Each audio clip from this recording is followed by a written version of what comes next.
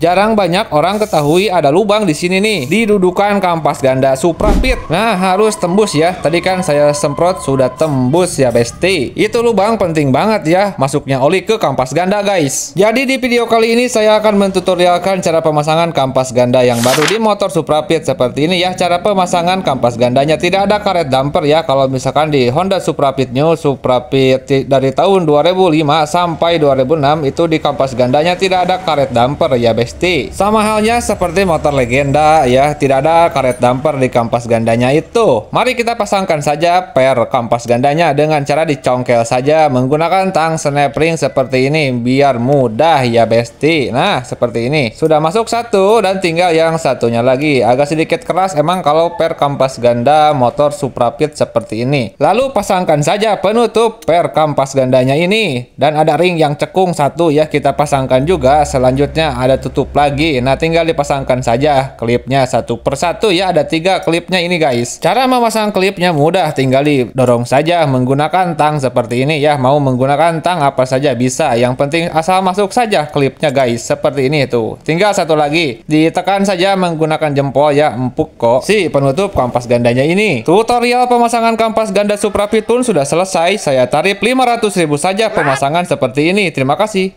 Ada hal penting yang harus kalian ketahui ketika memasang kampas kopling Supra. Ada sudut tajam dan sudut tumpul ya di plat besinya ini. Jadi yang sudutnya tajam itu menghadap ke dalam ya. Mau keluar juga bisa, asalkan semuanya menghadap ke dalam atau keluar. Jadi jangan sampai salah ya. Dan harus pemasangan kampas kopling yang baru itu direndam dulu ya menggunakan oli. Setelah kampas koplingnya tersusun dengan rapi, mari kita pasangkan saja kaki empatnya. Mudah, tidak ada titik top ya untuk motor Suprapit. Pasangkan baut 10 ya, ada 2 buat memasukkan nanti ke rumah koplingnya. Ada ring 1 ya di dalam rumah koplingnya ini. Nah, ini nih baut 10-nya kita pasangkan. Buat apa sih baut 10? Jadi supaya enak saja nanti pas memasukkan ke rumah koplingnya seperti ini. Tapi kampas kopling yang paling ujung yang di luar itu dimasukkan ke yang sini nih. Saya tunjuk pakai jempol saya. Jadi jangan disejajarkan ya pemasangan kampas koplingnya. Dan langkah selanjutnya, mari kita pasangkan saja per koplingnya ini besti dan penutup per koplingnya. Lalu kita pasangkan baut 10 juga ada 4 ya untuk baut 10-nya. Tapi pemasangannya harus hati-hati. Kalau pemasangan penutup per kopling seperti ini rawan pecah atau rungkad ya kalau misalkan pengencangannya salah. Jadi disimak saja videonya sampai selesai ya agar yang mau belajar bisa paham. Dan untuk yang pro yang sudah senior di skip saja gak apa-apa. Ini khusus untuk yang mau belajar bareng saja ya besti. Nah, jadi pengencangan baut itu harus secara menyilang ya, jangan sampai satu yang sebelah bawah itu terus saja dikencangkan, jangan seperti itu, nanti patah itu penutup per koplingnya ini. Jadi harus bareng turun ke bawahnya itu si penutup per koplingnya itu besti. Kalau misalkan pecah, aduh susah banget di sini nyarinya guys, harus beli online dulu. Makanya harus berhati-hati ya kawan-kawanku. Mungkin cukup sampai di sini dulu ya untuk perakitan kampas koplingnya. Di video selanjutnya kita pasangkan saja langsung ke motornya. Simak saja besti video selanjutnya. Dan pemasangan kampas kopling pun saya tarif 200.000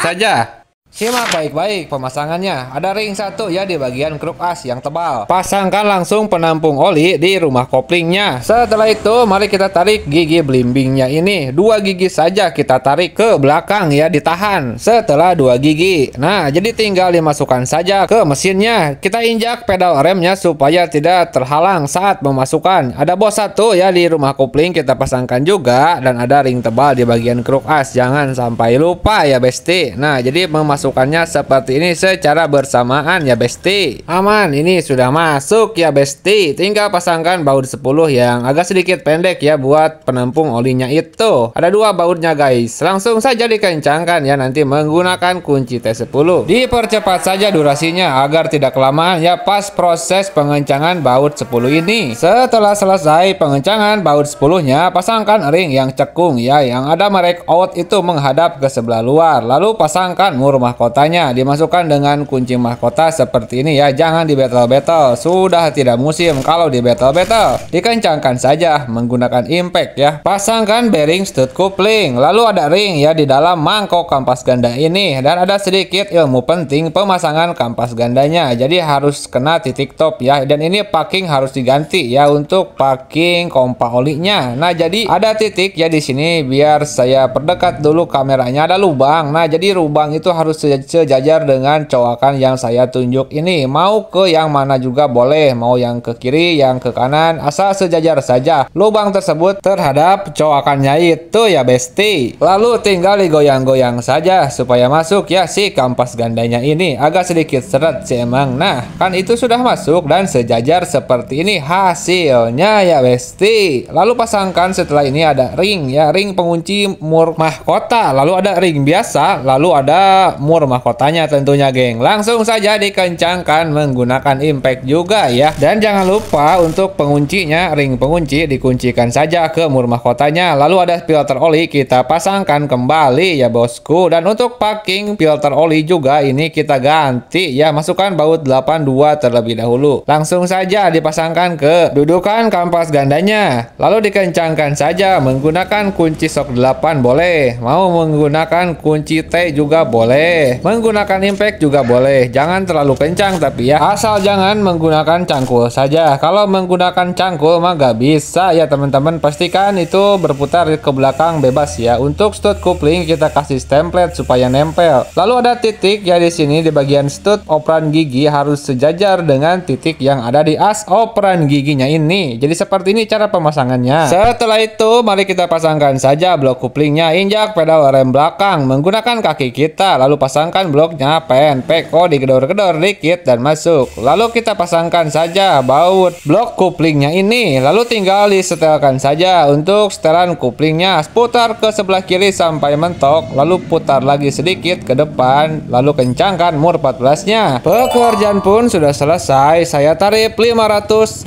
saja untuk pekerjaan seperti ini.